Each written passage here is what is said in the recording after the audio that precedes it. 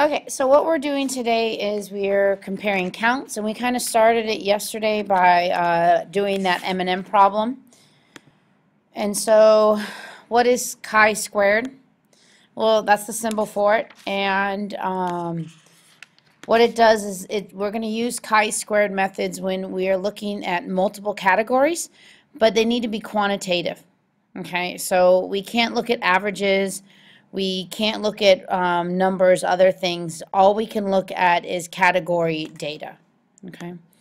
There's some conditions and assumptions that we have to check. We have to make sure that it's counted data. They must be counts.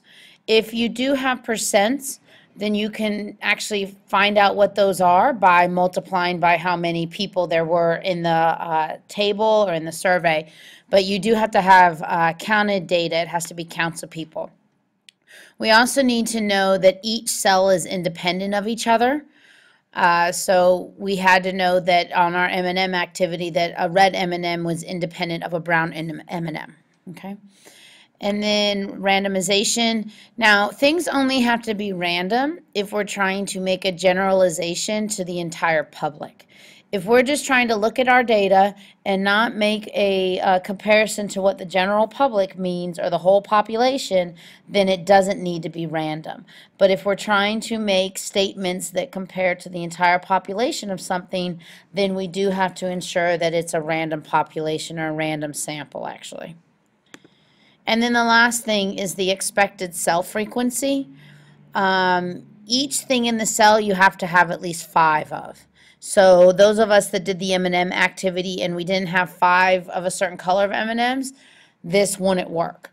Okay, our overall would work because we had more than 5, but that first time we did it, some of you, I think one group had no M&Ms, no brown ones, so that it wouldn't work because of that. So expected, you have to remember that there's 5. Okay, so there's 3 different things that can happen. The first one is a chi-squared goodness of fit, and that's actually what we did with the M&Ms. We compared the distribution of the observed data against what is expected. And so you guys counted your different colors of M&Ms, and then we figured out what is expected based on those percents I found on the internet. And that's a goodness of fit. Okay, you need to make sure that a goodness of fit can only really look at one variable and one sample. So our variable was color. We had a bunch of different types of color, but we could only look at color of M&M for that activity. The next thing we have is a chi-squared test of homogeneity. Sorry if I'm killing that word. But what that is that's when we're going to compare observed outcomes for several groups to each other to see if there's actually evidence of a difference among the population. So the first one, the one where we're just doing a goodness of fit, we're trying to see how it is, how our sample relates to the general expected.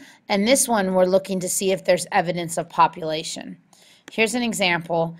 So this is the activities of graduates of a high school reported after graduation. So if we run one of these tests, we can actually see if there's a difference between 1980, 1990, 2000, and even a difference among the 4 different options of what people did after high school. The next thing is, and the last thing is a chi-squared test of independence. And this is used to determine if there's any association between the group. If you remember a while ago, we used contingency tables where you had to find out if they were independent, and it was something like the probability of A equals the probability of B given A. We struggled with some of those, and what's nice now is that we can use a different method. So here's an example. We could try and see if having hepatitis C is independent of having a tattoo, different things like this. So this is a test of independence.